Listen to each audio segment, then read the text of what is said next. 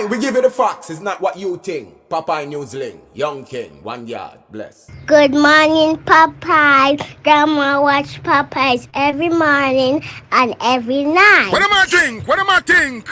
You're listening to Popeye News Links. This is the Admiral Tibet who I represent, and remember, the time is so serious, cantankerous and dangerous. This is Popeye News Links. The first verse of the national anthem, it goes like this. Sing with me. Yeah, man, stand up. Anywhere you are right now, get up and stand up. Stand at attention. You can stand at ease. Eternal Father, bless our land. Guard us with thy mighty hand. Keep us free from evil powers.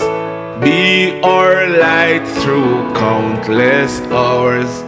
To our leaders, great defender, grant true wisdom from above. Justice, truth be ours forever. Jamaica, land we love. Jamaica, Jamaica, Jamaica, land we love. So, I'm getting right into it. Okay. yeah, man, yeah, man. All right. Okay. Yes. So family petitions, which is kind of one of the main ways people come to the United States. You hear people talk about so and so a file for me, or me upon filing, or whatever. We hear these different terms, and that has to do with when a relative of yours files Form I-130, which is a petition for alien relative. So I know a lot of people are familiar with that form. Many of them have, probably filled it out for a friend or someone else. The Form I-130, certain categories of family members can do that form for you. So let me kind of break it down a little bit to say, so for example, you have, first of all, the relative of the United States has to have either legal permanent resident status or they are a U.S. citizen. Yes. So the only way they're able to start a process for a relative in a foreign country is if they themselves have one of those two statuses, okay? So they're a green card holder or a citizen, they can file for a family relative. Who can they file for? Certain categories. If you are a U.S. citizen, you can file for your spouse. You can file for your children, whether they are under 21 or over 21, whether they are married or unmarried. You can file for your brother or sister, your sibling, or you can file for your parent. Yes. So that's if you're a U.S. citizen. If you're a green card holder, you do not have the ability to file for so many different categories. So as a green card holder, you can file for your spouse. You can file for your children under 21. You can also file for your children over 21, but only if they are unmarried. Okay. Green card holders cannot file for their parents and they cannot file for their siblings. So quite often I'll get that question every now and again, trying to file for like a parent, or quite often it comes up sometimes when they have an older child. Person is over 21, they want to put in a petition for them, but that child is already married. Yes. And so if the child is married and the parent is only a green card holder, they cannot file for that child, unless, of course, that parent decides to naturalize, become a U.S. citizen, then they would be able to do it. Yes. Okay. All right. So I mentioned also that you can file for your children under 21. Now, children can also be subdivided. You have stepchildren, biological children, adopted children. Yes. So most times U.S. citizens are able to file for all three categories. So you may have just regular biological child. Yes, you can file a petition for that child. You're in the U.S., you're a U.S. citizen, your child is overseas, you can file for that child. Also, if perhaps your spouse has a child that's under 21 and the marriage took place before the child turned 18. So if the child is already over 18 or not yet 18, then of course they automatically qualify. So that's another area where I see questions come up a lot with that, where, you know, the person may have gotten married to someone here and they have a child back in Jamaica. If that child is under 18 at the time the marriage took place for that parent, the spouse of the parent who's a US citizen can also file for the child in Jamaica as their stepchild. The child qualifies as a stepchild, but only if the marriage took place before the child turned 18. Okay. So you kind of want to be, you know, you remember those ages. So it doesn't matter what age the child is when the filing is being done, as long as it's before. Child is considered basically up until age 21. 21. Oh. 21. Okay. So once the child turns 21, then you become unmarried son or daughter. Oh. At that point, you would not be a stepchild. Okay. Because then, so then the category changes at that point. Yes. So I'm mostly talking about 21 and under. So in terms of children, 21 and under. Yes. US citizens, like I said, can also file for adopted children. And most times with adoption, the child has to be adopted before they turn 16. Okay. In some cases, you can adopt a child that's over 16, but it's usually when there's also a sibling of that child who is younger than 16 and you're actually adopting both. Okay. Then you're able to then adopt a child who may be, you know, 17 or 18, and you're able to include that child in the process. Okay.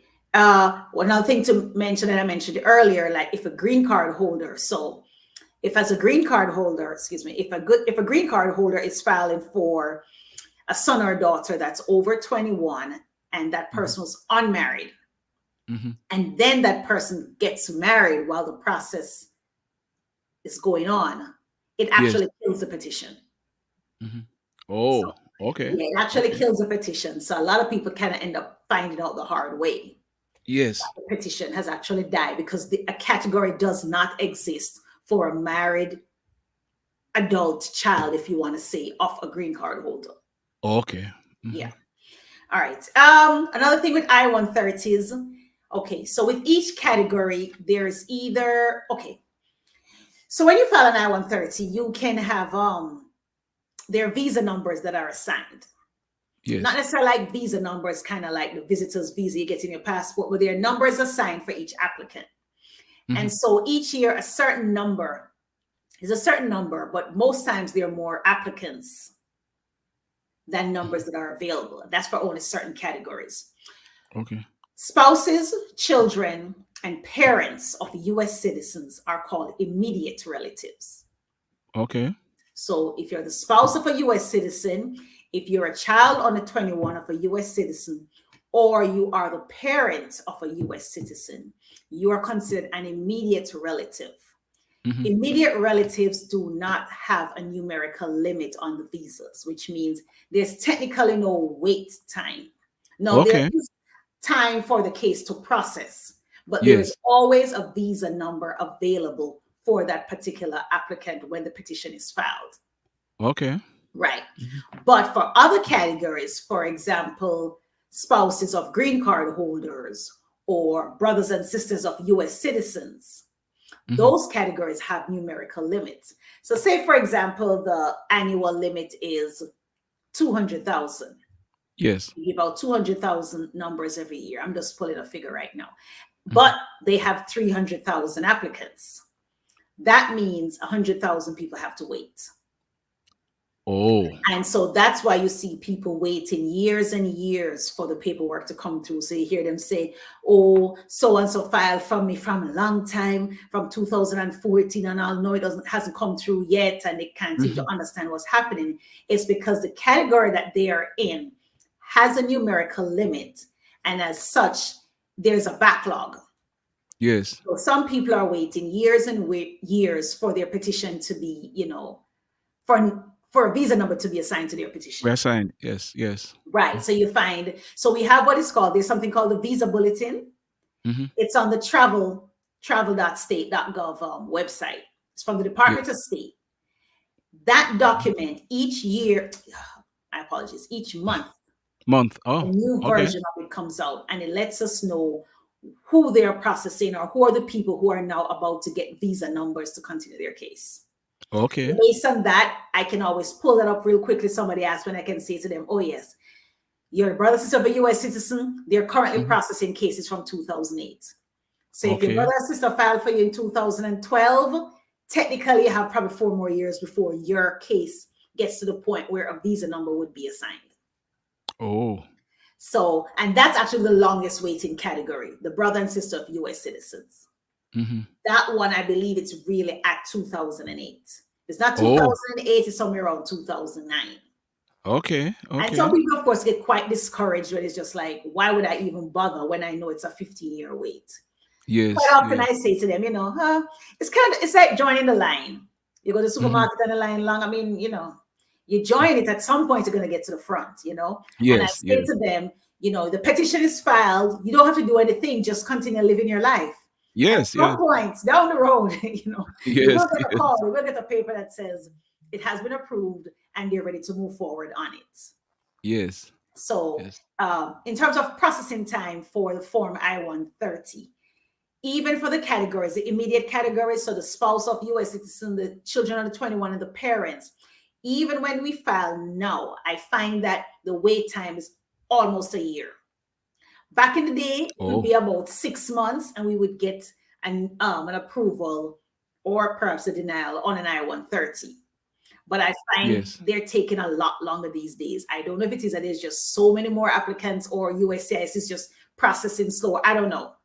But I find that the cases that I've been doing recently, a lot of them, especially the ones that are just the I-130, they're taking up to 12 months before I get a decision on them. Clean case, no issues with them. They're taking about a year.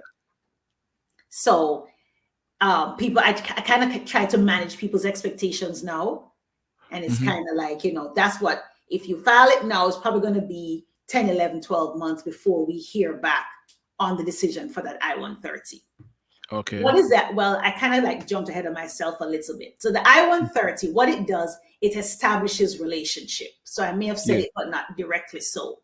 The I-130 form, the purpose of it is to say to U.S. immigration, I am a U.S. citizen and I have a spouse, I have a child, or I have a parent that I would like to bring here.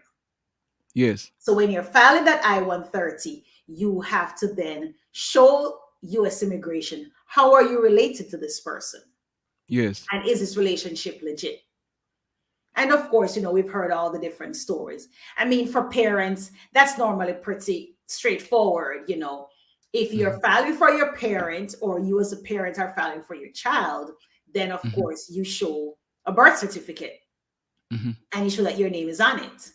Usually with mothers, it's not really an issue because, the mother carried a child. So if it is as a mother, you're filing for a child, whether under 21 or over 21, you don't really get a lot of pushback unless it is that you may be from a country where there's a lot of like fraud and false documents.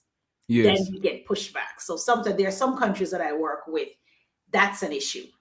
And so for those countries, USCIS scrutinizes those birth certificates. And quite often, so they'll send back and be like, they don't believe this document is real. And we have to get something from the issuing authority that affirms to say, yes, this birth certificate is legit and this relationship does exist. And sometimes they may ask for a DNA. Okay. But when it comes to fathers, if it is that the child was born out of wedlock, quite often USCIS does want to see a DNA test. Some people try to do it before they even file just to cover themselves, but usually the DNA centers prefer to have a case number, a receipt number. Yes. So it can just, they can just send information into USCIS. One of the things USCIS doesn't like to see is, for example, typical situations sometimes, the father may have migrated to the United States when the child was a baby. The child was 2 years old. It's been 10 years. Child is now 12. The father has now established himself here. He wants to file for this 12-year-old child, but his name is not on the birth certificate. Yes. And so he goes ahead and, they go to RGD and they get his name added because he is the father. I mean, there's no question about it. However, when the petition gets filed with USCIS and they look and they see that the father's name was added a month or two before this petition was filed, they get very suspicious. Okay. And they really don't like that. And quite often, sometimes they would be tempted to deny because they're literally saying, you're only doing this because you're trying to bring the child to the United States. To the United States, yes. I mean, really? Sure, when people come foreign. I mean, I don't know why but they do. And so sometimes you have to fall back on other ways of proving that, yes, that there's a relationship. Sometimes they force you to prove that you have maintained a relationship with this child.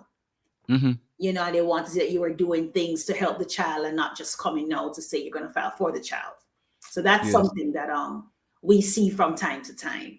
So even when people approach me about that, I caution them to let them know it can be done, but we may be asked to provide more evidence simply than just the birth certificate because, you know, they are required to put there that father's name was added on such and such a date.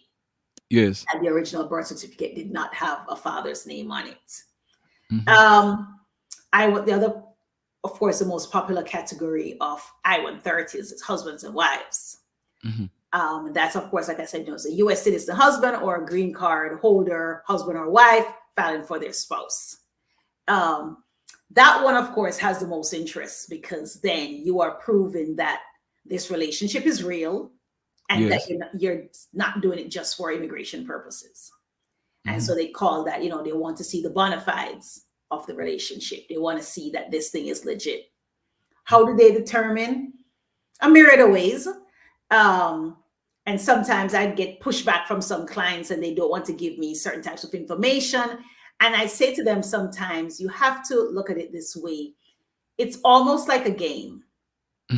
And these are the moves you have to make if you're trying to win.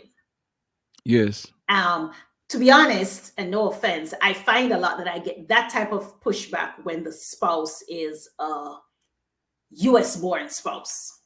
Okay. I like my spouse. Like, I'll use myself as an example. Yes. Because like when I was going through the process with my husband, you know, he was just like, you couldn't understand why every second want to take picture. Me say, listen, immigration want picture. So everywhere we go, we have the camera. Picture. Yes. Go mother, picture. Cam go Jamaica, picture. Cam go River, picture. Cam go River, picture. I mean, because they want to see that this relationship is the real thing. Yes. And so they don't get it. But for example, if it's like a Jamaican who has come and naturalized and then marries another Jamaican or whatever nationality. I know the ropes. Yeah, they know the ropes. They know exactly what needs to be done, you know? Yes. So this category gets the most interest, as most people know, because U.S. citizens constitutionally, basically, they can marry who they want to marry. Yes. So the law could not discriminate to say, as a U.S. citizen, you can only marry another U.S. citizen. And so that is like for want of a better word, the wide gaping hole then. Yes. So they can't stop citizens from marrying who they want to marry. So as long as you marry a citizen, there is going to be a way for you to be able to stay here because, of course, the spouse, you get married, you want your spouse to live here with you. Yes. You know? So that gets a lot of scrutiny. So quite often, you know, USCIS looks at certain things. Sometimes the cases just not look right. And I'm telling you, I don't play. I don't play. I don't play the funny marriage. And I ask my clients straight up because if it is fraud, it is fraud. There are consequences to it. You can be fined, there are different things. And me not lose my license. Me not lose my license. Mr. Hard, I go to school, all them nights of blood, sweat, and tears. Nobody now come to me with no little funny case. We say, well, don't want to hear it. Yes. I screen people and I find out how did you meet and what, you know, and it got to make sense. And I've turned people away. Yes. And I've turned people away. Let's leave it at that. I've turned people away. Yes. So we're looking at the bona fides of the marriage. A lot of times they'll look to see, you know, are these two people even compatible? And that's just being real.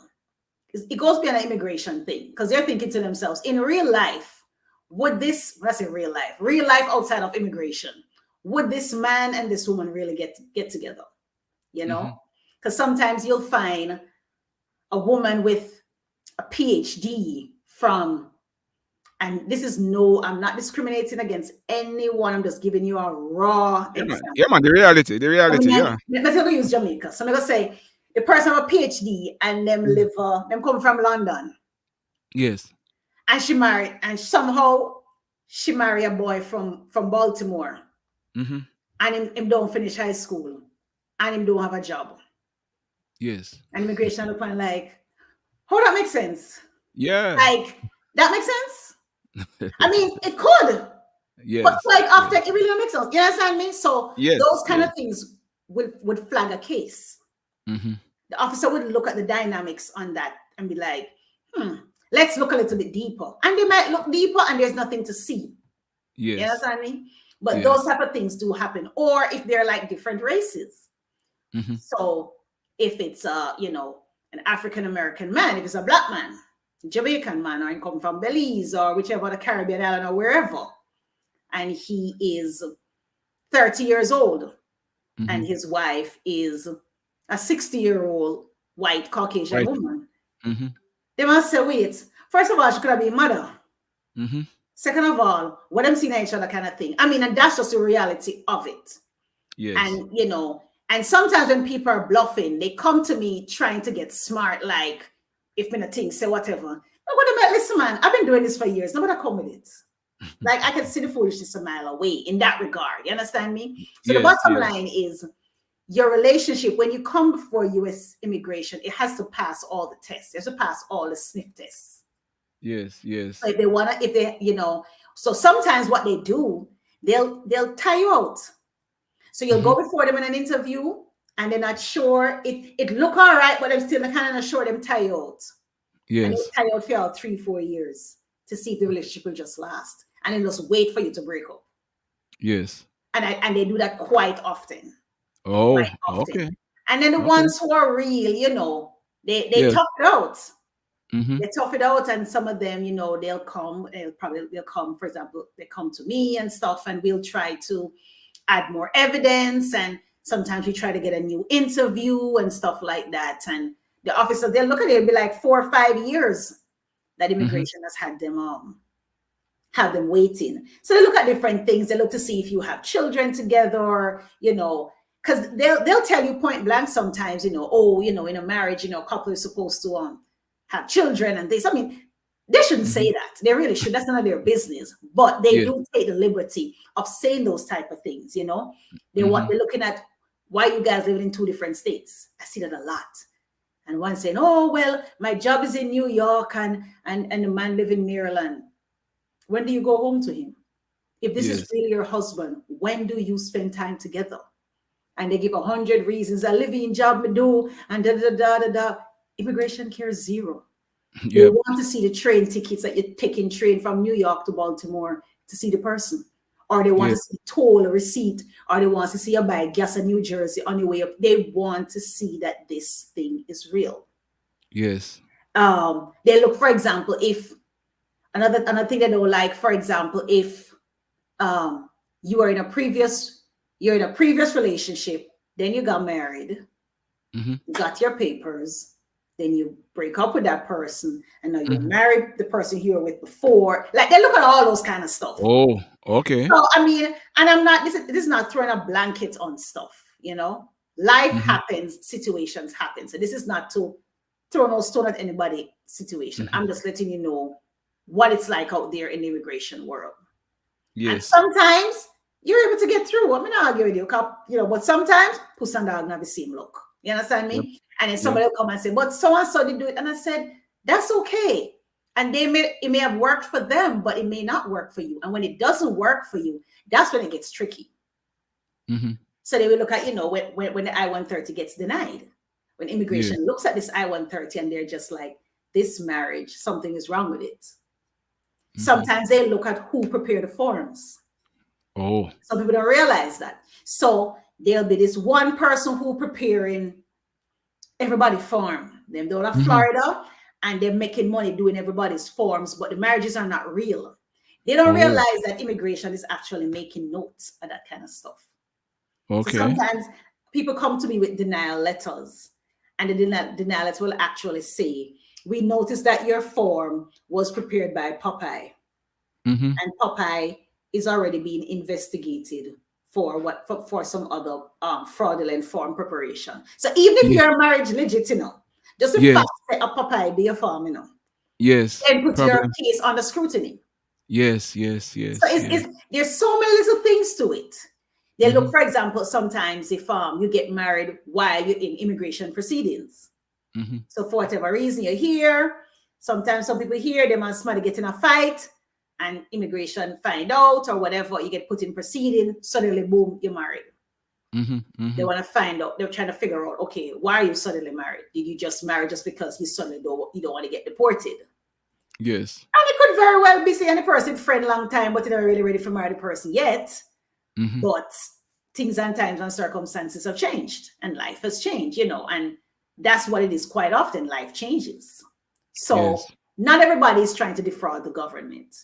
Circumstances do change. People have different things happening in their lives. The bottom line is you simply have to have the evidence to support it.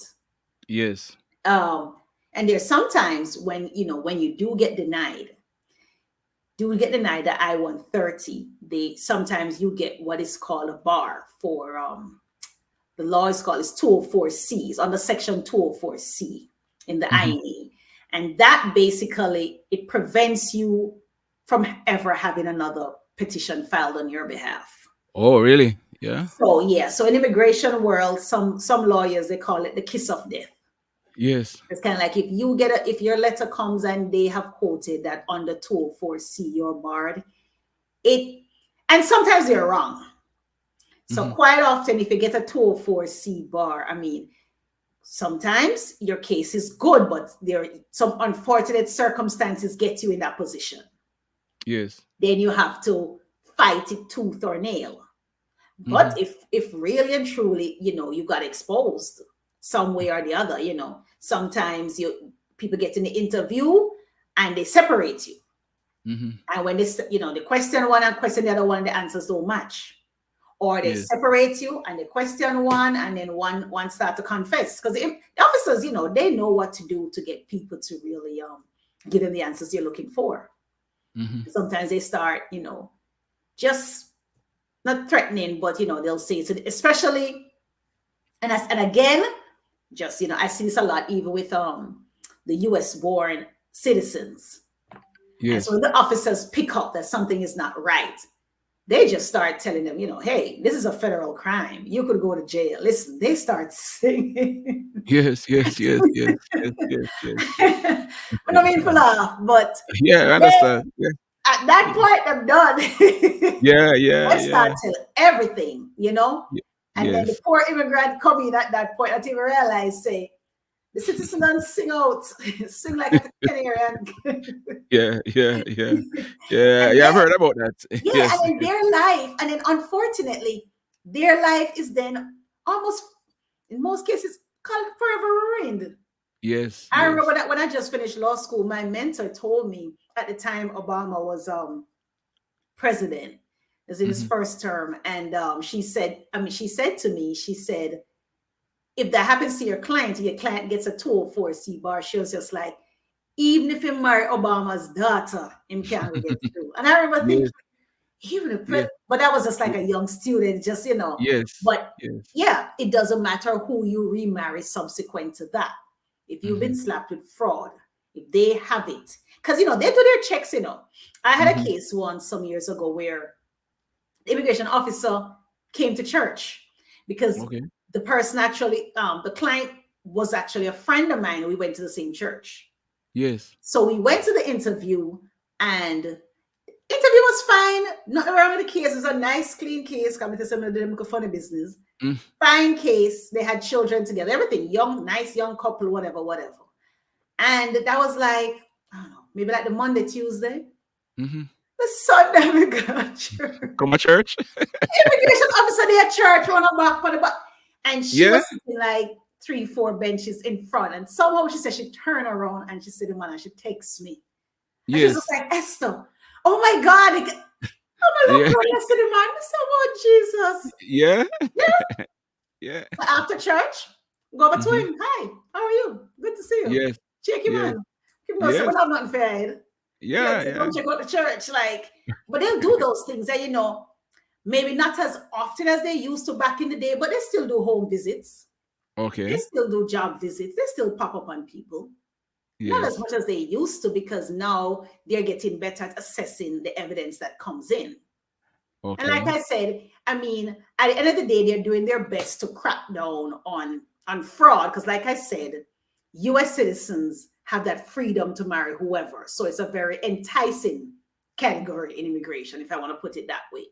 Yes. So they want to make sure that they try to keep the integrity of this program, Of course, they don't have the manpower to chase down everything that, look funny or whatever, Yes. They don't have the manpower for that. And that's not really their goal to say, everybody, I must make sure whatever. So you will hear stories otherwise. And, God bless you. It worked out good for you.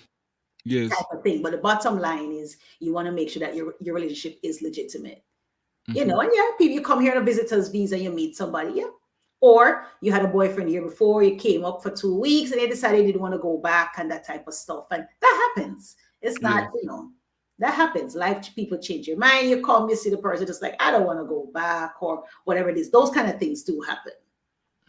So, yeah, I think that's some of the main things about I-130. I'll quickly just add that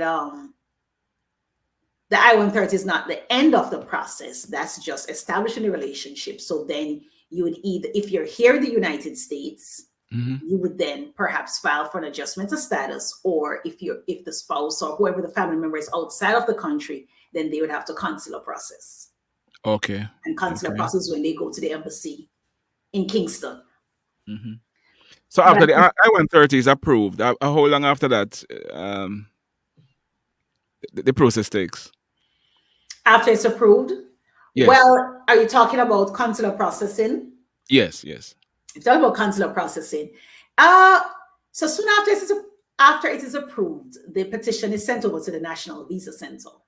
Okay. Back in the day, it used to take quite a while. Nowadays, I am seeing the case get to the NVC sometimes before the approval notice even gets to my office. Now, that's when all things are working. So within a few days after it's been approved, the NVC normally sends an email to say, we have received your case, we're ready to start processing your paperwork to get you ready for your consulate, Now, once you start that process with the NVC, the timing is then going to be based on how quickly you can get your documents together.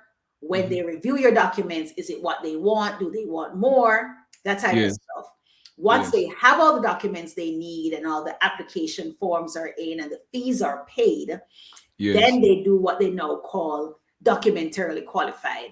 That's kind of like a new thing they've started doing probably the last 2-3 years. Okay.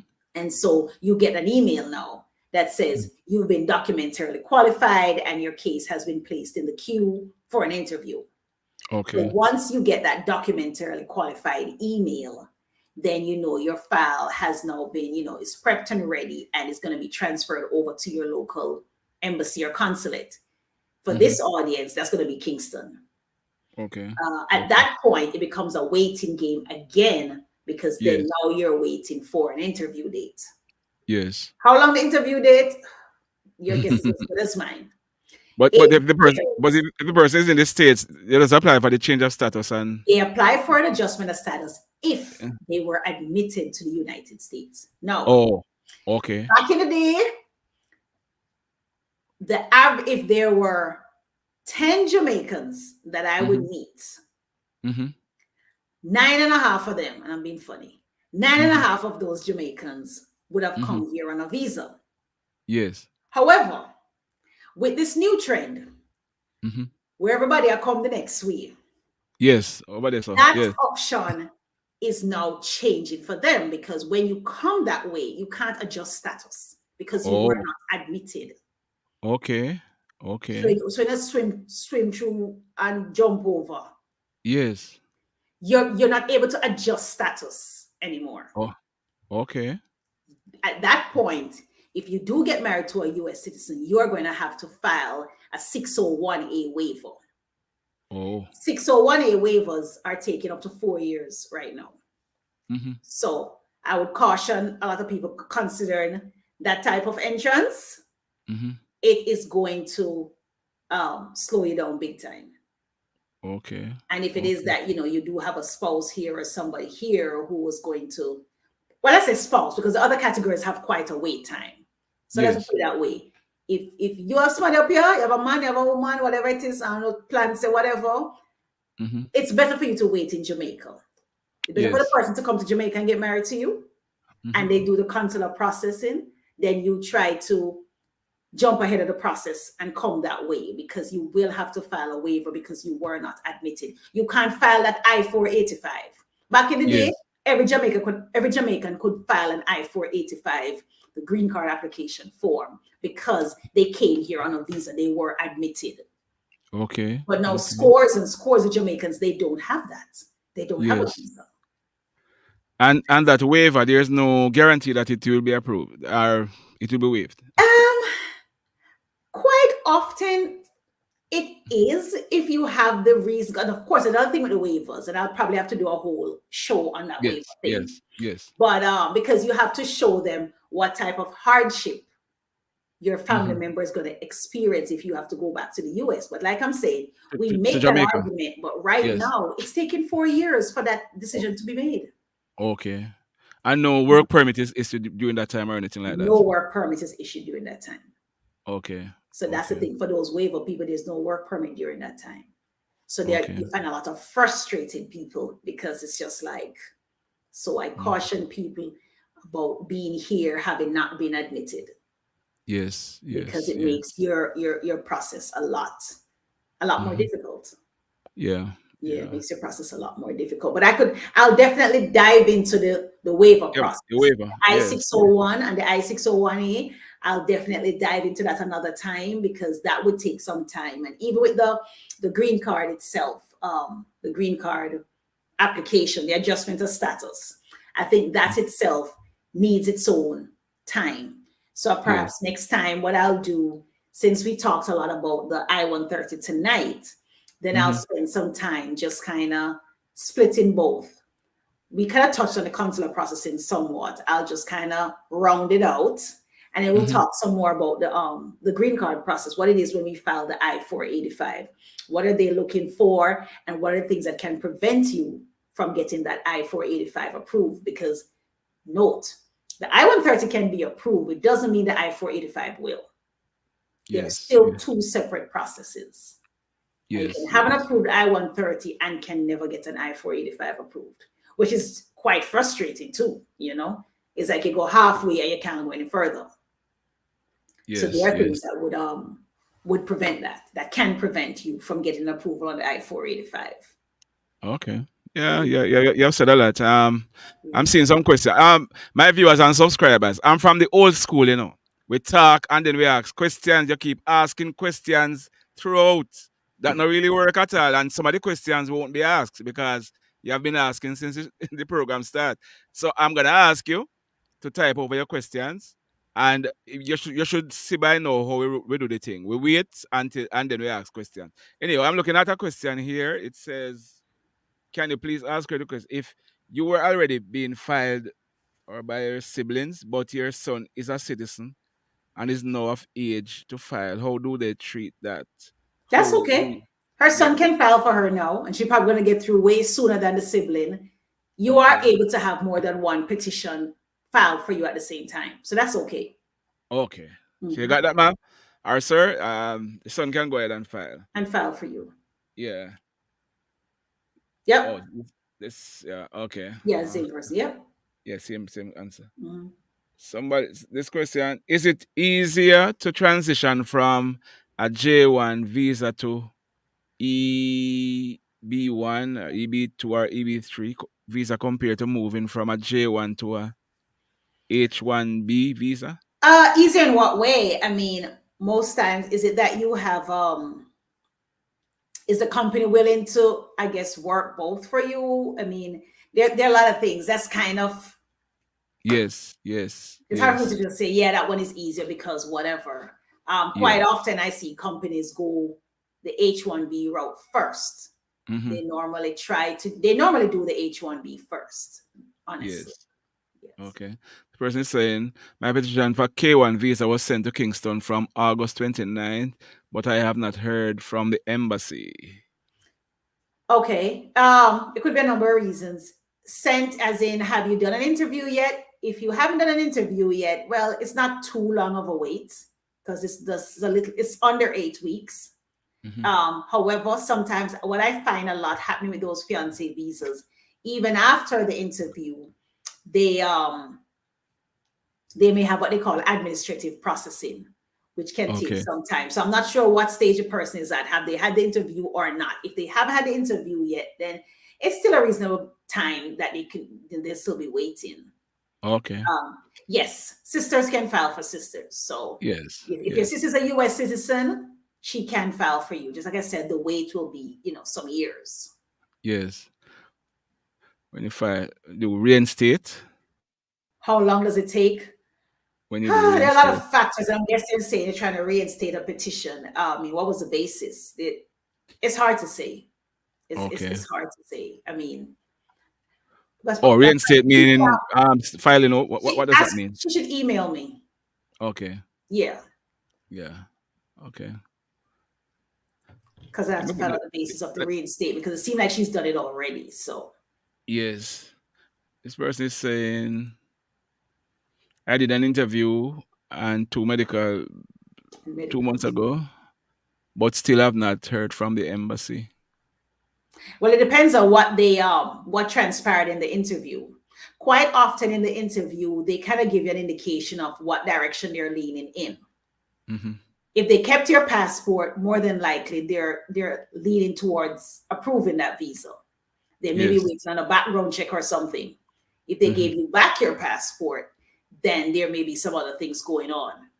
Mm-hmm. So give them a little bit more time and then you may have to reach out because I'm telling you, Kingston can be crazy. Kingston can be crazy. That embassy, sometimes it's, So give them a little bit more time and then I would check in because I've seen cases fall through the cracks like that. Yes. Can my employer petition for me as their nanny? They can. A lot of things would come into play though is based on your current status now. If you're in status and if you're not in status, then there may be some unlawful presence issues and it depends, but it is possible. I have seen people here file for their nannies. So yes, it is possible, but there are some nuances to it. So it is possible. I've seen it.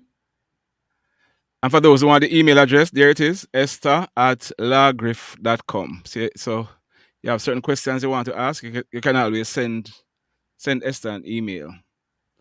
All right. Let me go through and see any other question that my husband already did his interview. However, he was asked for a joint sponsor because I don't make enough and a receipt for court ticket. All has been turned in since last Friday. So long before, how long before they'll hear back? Same kind of thing. Once you've turned in everything that they've asked you for, I would say just keep an eye on it. Mm-hmm. So, after it's been give them 2 months because you have to remember it's thousands of people are applying, thousands and thousands of files going through that place. So once you've submitted it the way that they asked you to, sometimes they ask you to send it by courier. Sometimes they give you an email address to send this information to them. Yes. Once you've done that, give them a couple months and see. And most times they do respond. I mean, they do give an update and make a decision on the case at that point. And in that case, if that's all they needed, then, you're probably in a pretty good position. Yeah. If you're a citizen and your adult child overstay their visa, can you file for the child? Now, like I was saying before, you can file an I-130 petition. The first hurdle they're going to come across is that it's going to be about 7 or 8 years before a visa number is available so the case can move forward in terms of, are you going to try to adjust status or consular process? Now, of course, in that situation, because your adult child has overstayed, they would have to consular process with a waiver. So they have a good number of years ahead of them. But it is a process. It is possible. There are some nuances to it, but yes, it can be done. Yes. Because like I said, when I go into waivers, we'll talk more about qualifying relatives. Qualifying, yes. So that's probably something I'll probably just leap right into that, you can understand that part of it. But you can do it. It's just it's gonna be a long time, which is not a bad thing because some people have no options. So at least for some, there is an option, but you have to wait. Some people have no options at all. So I say, work with your long-term option. Well, I think we have covered the whole heap, Esther. So in about 2 weeks' time, we should be. So we're going to look at the waivers in the next go. So we'll clean up. What I'll try to do is perhaps just kind of finish off the green card. We may do the green card and the consular processing next time, more than likely. Just to kind of tie it all together. Yeah, man. Once the I-130 is approved, what's the next step? Yes. And just kind of flesh out those branches so people can kind of see. Because quite often, a lot of people are at that NVC stage. Yes. So I want to bring some clarity to that process, what it looks like and what we need whenever we're doing those cases. Once we've covered that, then we go into the waivers. Yes. Because then each section, whether it's a 485, adjustment of status, or the consular process, sometimes they both need waivers. Yes. So I think that's the direction we'll probably go in. All right, thanks a lot, Esther. Trust me, I'm learning a whole heap. I'm sure the viewers. Yeah, but I'm sure people are learning a whole heap as well. And thanks for coming. And in about 2 weeks' time, we'll be here again. All right? Yeah, man, no problem. All right. Big up yourself. Take care. Yeah, man. Bye-bye. Bye-bye. So, my viewers and my subscribers, that was Mrs. Esther McKitty Griffin. And get them type of advice, nowhere else for free. Remember me tell you, and we'll be back in about 2 weeks' time. Thank you for joining. Bless upon yourself. And remember, we posted a video about 2 hours ago. You can go back and watch it.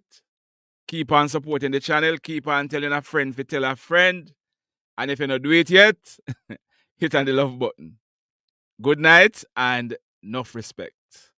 Blessed love, everybody.